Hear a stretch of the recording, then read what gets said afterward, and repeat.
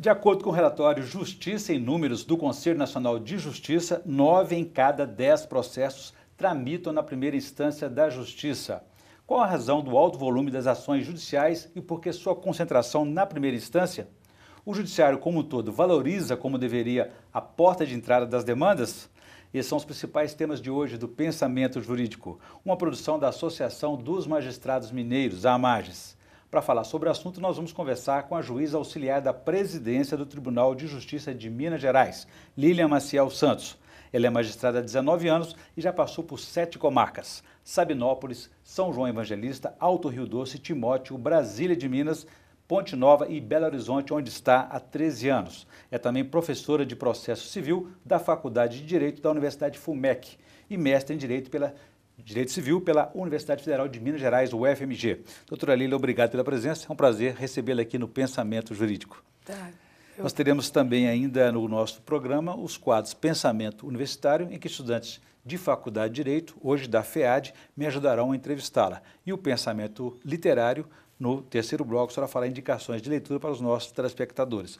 Doutora Lília, como já não havia acontecido antes, hoje há uma preocupação muito intensa com o primeiro grau de jurisdição. O que vem a ser o primeiro grau, a primeira instância e qual é a sua importância para o sistema de justiça? Nós verificamos que desde o advento da nossa Constituição, que não é à toa que é chamada de Constituição Cidadã, ela realmente abriu as portas para o Poder Judiciário do cidadão e, em razão disso, nós observamos que o cidadão verifica que é possível, junto à primeira instância, que suas demandas sejam solucionadas de uma forma efetiva, célere e eficaz.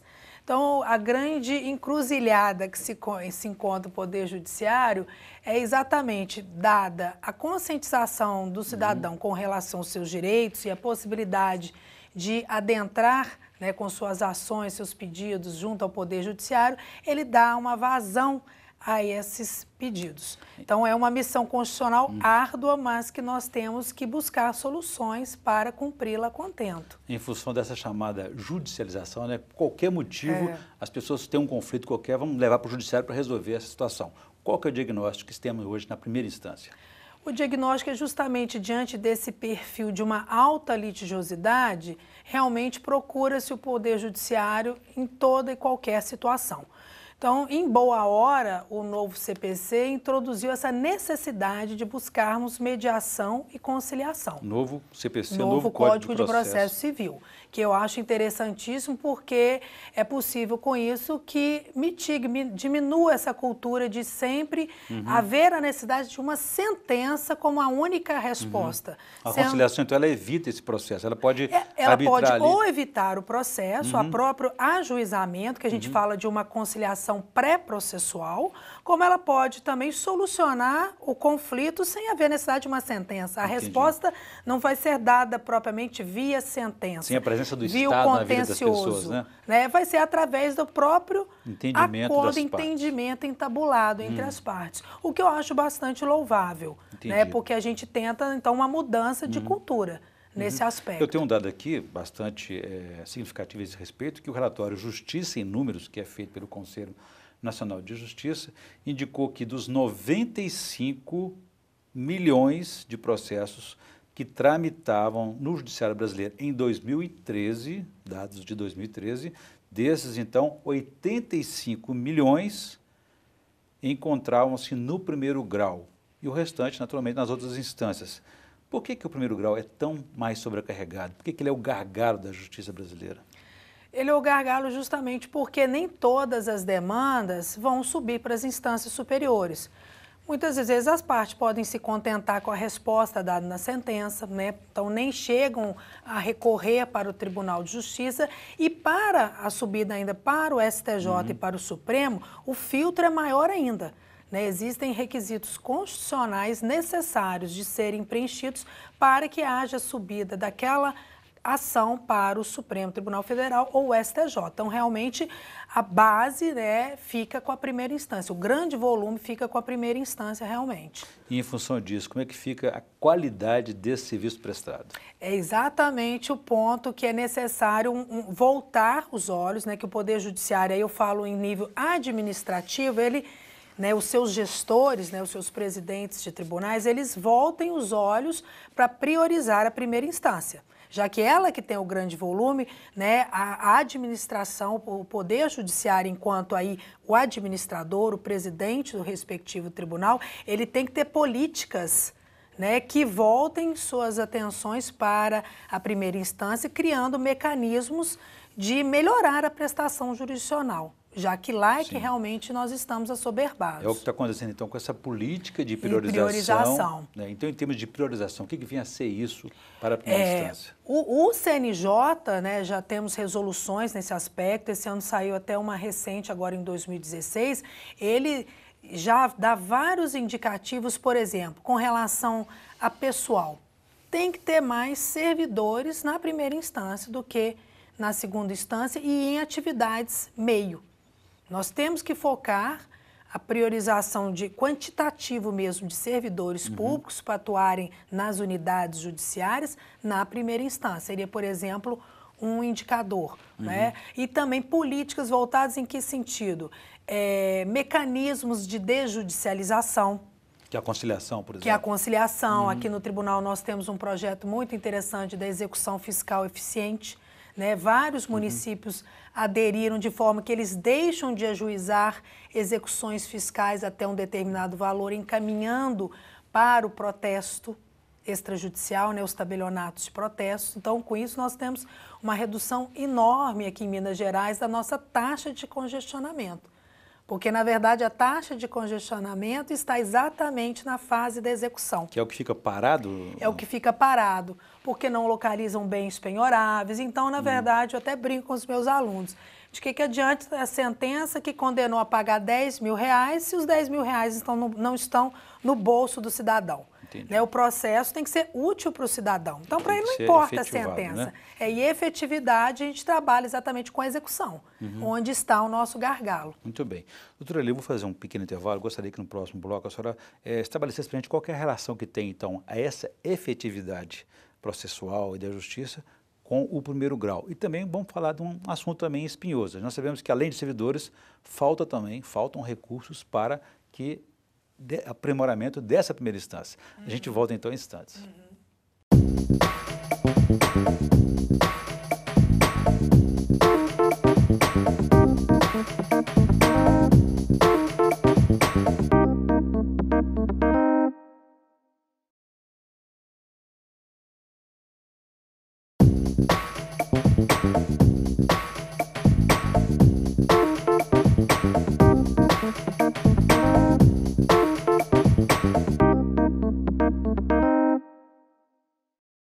Estamos de volta com Pensamento Jurídico, uma produção da Amages. Participe de nosso programa pelo e-mail pensamento@amages.com.br, pensamento@amages.com.br.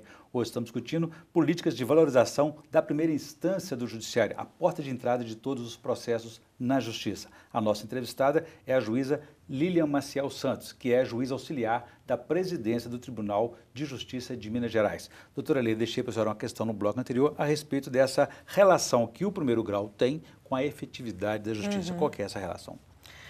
A efetividade passa por um processo justo. O que é o processo justo? É um processo célere e eficaz. Para quem? Para o cidadão. Né? A ótica nossa tem que ser sempre voltada para o cidadão, para o jurisdicionado. E, em razão disso, nós temos, o Poder Judiciário tem que criar mecanismos para que esse processo tenha essa agilidade, essa celeridade e essa eficiência. Então, nós trabalhamos com vários programas que tentam, em certa medida, priorizar isso. Por exemplo, vamos fazer uma questão na área criminal. Existe agora um projeto, né, que já é um programa de instituição da gravação das audiências criminais. O que isso melhora na prestação jurisdicional? Os juízes criminais têm pautas de audiências enormes, né, enormes que passam, né, varam anos. É possível, então, com a gravação da audiência, otimizar o tempo. Mas ele participa dessa gravação também? Participa. Na verdade, é uma aparelhagem. Não é uma videoconferência? Não, é uma aparelhagem que é disponibilizada nas audiências. Há uma coleta dos depoimentos todos orais, de forma que encurta-se o tempo em demasia da realização dessas audiências. E ele pode rever também? Pode rever, e com isso é possível ele fazer mais audiências e encurtar a sua pauta. Né? Então, é bastante interessante nesse aspecto. O que está acontecendo? Nós estamos agilizando os processos criminais, né, com relação a essa esfera. Né?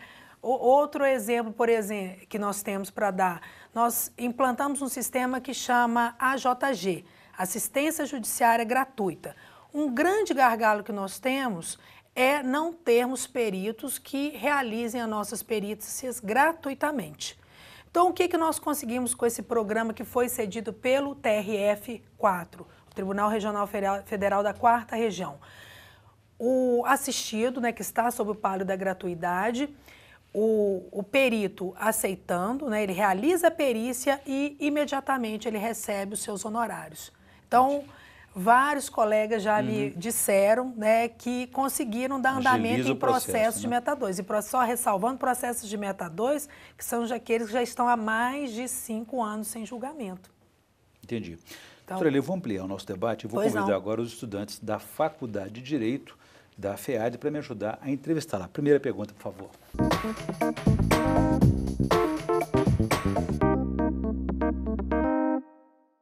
De que forma a política de atenção prioritária ao primeiro grau de jurisdição pode refletir no exercício da advocacia e do estágio? Aline, com certeza a melhoria da prestação jurisdicional ela vai ajudar os advogados e também os estagiários, porque uma rápida solução do litígio implica, né, até em termos financeiros, um rápido recebimento dos honorários advocatícios, né, porque os advogados vivem disso. Né? Então, quanto mais rápido, mais ágil for a solução do processo, mais o profissional, né, tende a perceber seus honorários. E em termos de estágio também, nós temos uma política de estagiário, inclusive uma figura que foi criada de pós-graduação, o estagiário de pós-graduação, que é possível, então, que ele venha para o Poder Judiciário e ter uma formação, né, desta parte, já que ele já é um bacharel em Direito, da parte de gabinete, porque ele vai trabalhar diretamente com o juiz e de forma, assim, bastante pedagógica, porque a ideia é o aprimoramento, então temos também essa possibilidade de abrir mais esse campo, não só para os estagiários, que a gente fala comuns, aqueles que ainda estão no bacharelado, mas também esses que já se formaram e estão realizando uma pós-graduação. Interessante. De que forma que a política de atenção prioritária ao primeiro grau de jurisdição melhora o acesso à justiça? Bruno, a priorização do primeiro grau, acho que está até ligado à primeira questão, ela possibilita, então, que nós tenhamos maior eficiência dos nossos processos. Nós vamos conseguir, ao priorizar o primeiro grau, dar uma melhor infraestrutura, em termos de servidores, em termos mesmo de tecnologia de informação, e como eu citei o caso da gravação de audiências, e com isso o processo fica mais célere, né? E todos ganham com isso, e principalmente o cidadão, que é sempre o nosso foco, né? Quando eu falo em priorizar a primeira instância, eu estou pensando sempre no cidadão. A previsão do juizado especial passar a ter colaboração da Defensoria Pública a organizar o setor e não passar informações erradas? Raiane, nós não temos essa previsão, até porque o sistema de atermação ele já conta com um servidor capacitado para realizar a atermação. Eles são servidores treinados e, por conta disso, eles têm condições de fazer as atermações. E também a própria Defensoria Pública, né, eles não têm um quadro suficiente, não teria como disponibilizar um defensor público que pudesse ficar exclusivamente nessa fase de assistir às atermações das partes. Muito bem, agradecer então a participação dos estudantes da Faculdade de Direito, hoje da FEAD, aí, me ajudando a entrevistá-la. Doutora Lília, nessa questão aí desse estudo que está sendo feito, dessa política de priorização, os magistrados e servidores foram ouvidos também? Foi feita alguma pesquisa nesse sentido? Sim, ela é sempre feita porque passa por um entendimento de tudo que acontece numa unidade judiciária. né? Essa pré-diagnose, ela é imprescindível para nós conseguirmos entender o que se passa na nossa estrutura. Nas diversas comarcas do interior, né? As dificuldades. Sim, as dificuldades, né? Nós temos um outro programa que se chama PAI, Programa de Apoio Emergencial às Comarcas, em que nós atendemos essas comarcas de varas únicas que estão sem um juiz permanente. O primeiro ponto é fazer essa diagnose de onde está o gargalo dessa unidade judiciária, que pode ser poucos servidores, né? Excesso de distribuição, para nós podermos mapear o que pode ser feito naquela unidade judiciária.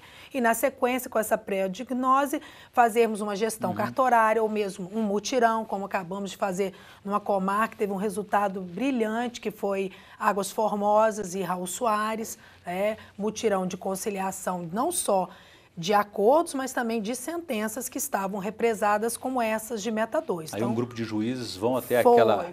dar um socorro para aquela... E foi um trabalho maravilhoso, porque nós também contamos com a parceria da segunda vice-presidência, que é a Escola Judicial, que introduziu o programa também para o curso de formação dos juízes novos. Então, os 20 juízes que atualmente estão na Escola Judicial participaram do programa. Então, foi muito... É uma experiência, né? Foi riquíssima experiência. Muito bem. Vou fazer um novo intervalo. Agora, gostaria então que no próximo bloco a gente conversar sobre essas questões estruturais, orçamento, servidores, investimentos na primeira instância e aí em relação à segunda instância. A gente volta em instantes.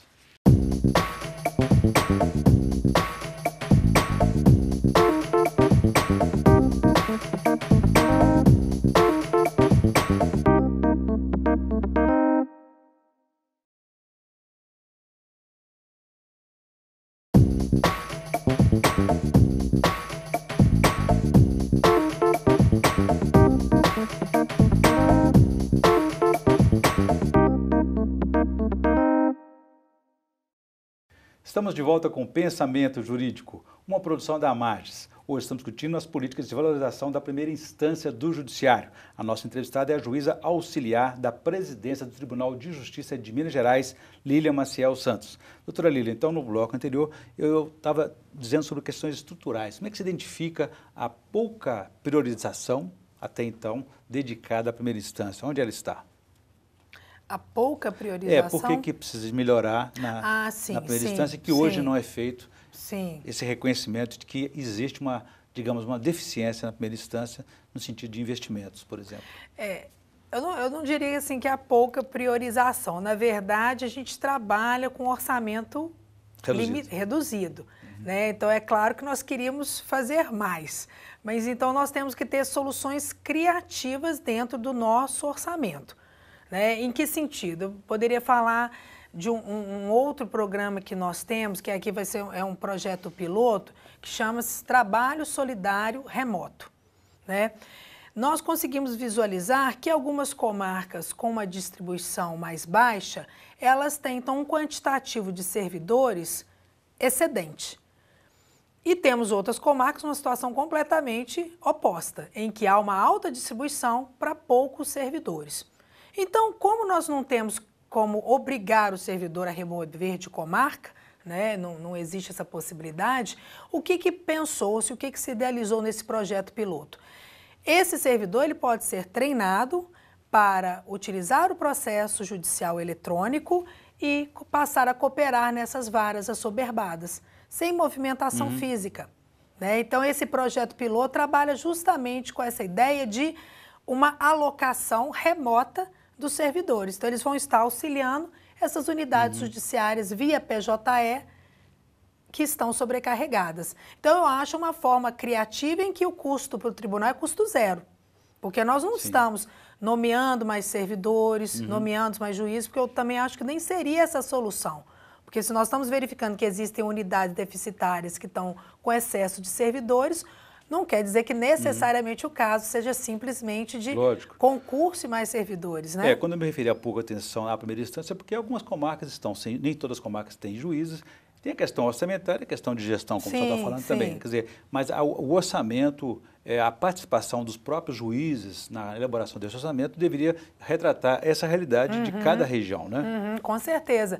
Inclusive, no início da gestão, foi feita exatamente uma pesquisa junto aos magistrados para que eles nos indicasse quais eram as deficiências das unidades deles. Então, aí vai de tudo, impressora, uma reforma predial no fórum. Então, isso tudo, na medida do que o orçamento comportou, nós tentamos atender. Houve realmente essa oitiva prévia dos magistrados para eles nos sinalizar o que seria importante para eles dentro da unidade judiciária. Além desse processo, a senhora me permite, essa discussão dessa radiografia, desse diagnóstico da primeira instância, há também um projeto em andamento no Judiciário Brasileiro a respeito do eletrônico, o processo judicial eletrônico. Isso pode ajudar a minorar essas dificuldades? Com certeza. Esse trabalho solidário remoto, ele todo funciona em nível de processo eletrônico. Não é com processo físico, porque aí processo físico demandaria remessa desses processos, né, fisicamente, o que já não é, já estou falando em despesas. Esse projeto ele é totalmente em cima do PJE. Né? E aí, obviamente, o PJE, é claro que estamos numa fase de implantação, existem problemas, mas acredito que a médio prazo os benefícios são incomensuráveis. Porque eu pego, por exemplo, a minha vara, chega dia 200 petições para serem juntadas. Isso consome o tempo do processo, que a gente fala, inclusive, chama prazos mortos. Tempo de juntada desse documento, né? Tempo depois de publicar, isso tudo no PJE se elimina. Porque o próprio advogado já peticiona eletronicamente o documento. Né? Então, com isso, há um redesenho. Nós voltamos àquela questão. Não há necessidade de tantos servidores, mas sim de uma modificação de suas atribuições. E, com certeza, os efeitos da tecnologia são importantes. Redesenho, com certeza. Eu vou desse tema daqui a pouco, doutora Lília. Eu gostaria que antes a senhora fizesse indicação de leitura para os nossos telespectadores no quadro Pensamento Literário. Por favor.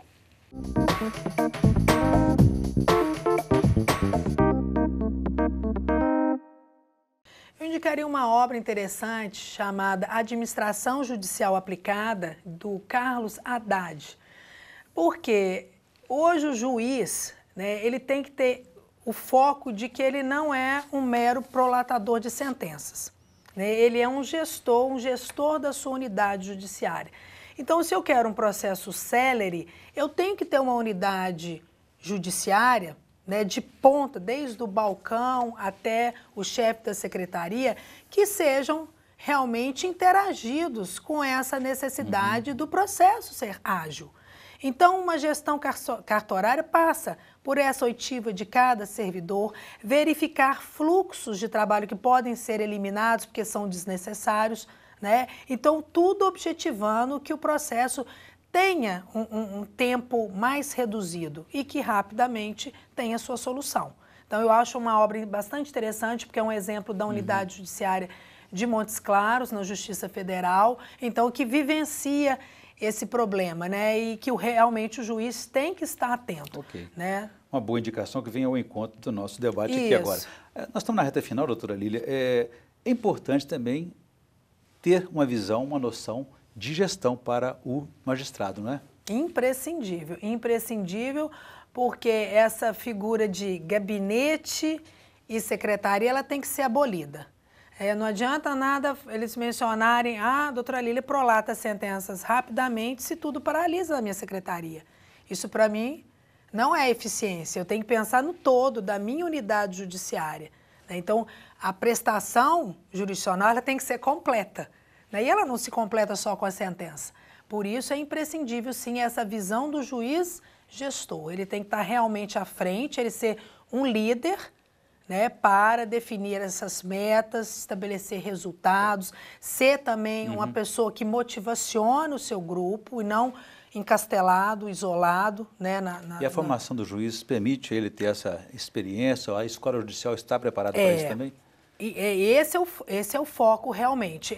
Se eu falar da minha época, 19 anos atrás, definitivamente não. A nossa preocupação era simplesmente dar sentença. Então, eu brinco com os juízes novos lá da escola judicial, que eu, nesse aspecto, eu sou tão iniciante como eles. Mas eu acho que nós temos que ter essa visão, sim, mesmo os mais antigos, esse novo olhar. Muito bem. Eu comecei aqui com a juíza auxiliar da presidência do Tribunal de Justiça de Minas Gerais, Lília Maciel Santos, e discutimos aí as políticas de valorização do primeiro grau, a primeira instância do judiciário e as medidas para aperfeiçoá-la cada vez mais. Doutora Lília, obrigado pela presença. Foi um prazer recebê-la aqui no Pensamento Jurídico. Eu que agradeço o convite. Nós que agradecemos, ficamos por aqui. Se você quiser participar, escreva para pensamento@amarges.com.br. Obrigado e até a próxima.